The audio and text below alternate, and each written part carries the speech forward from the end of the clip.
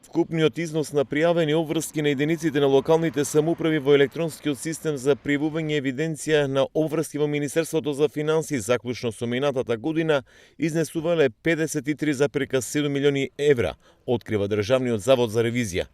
Ревизорите утврдиле дека во декември минатата година 12 од вкупно 81 општина во земјава биле со блокирани сметки. Вкупниот износ на доставени налози за извршување во Министерството за финансии изнесувал 21 милион евра или 40% од вкупно пријавените обврски на општините, од кои 14,5 или 67% се по основна главнина, а останатите се за камати и други трошоци.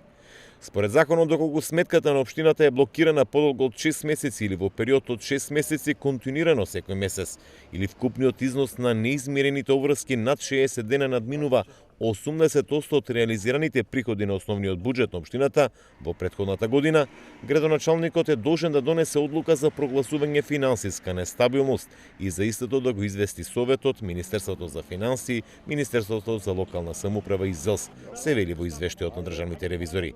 Сепак до периодот на ревизијата не била доставена ниту една одлука за прогласување финансиска нестабилност, поради што Министерството за финансии нема формирано координативно тело за надминување на нестабилноста кај општините.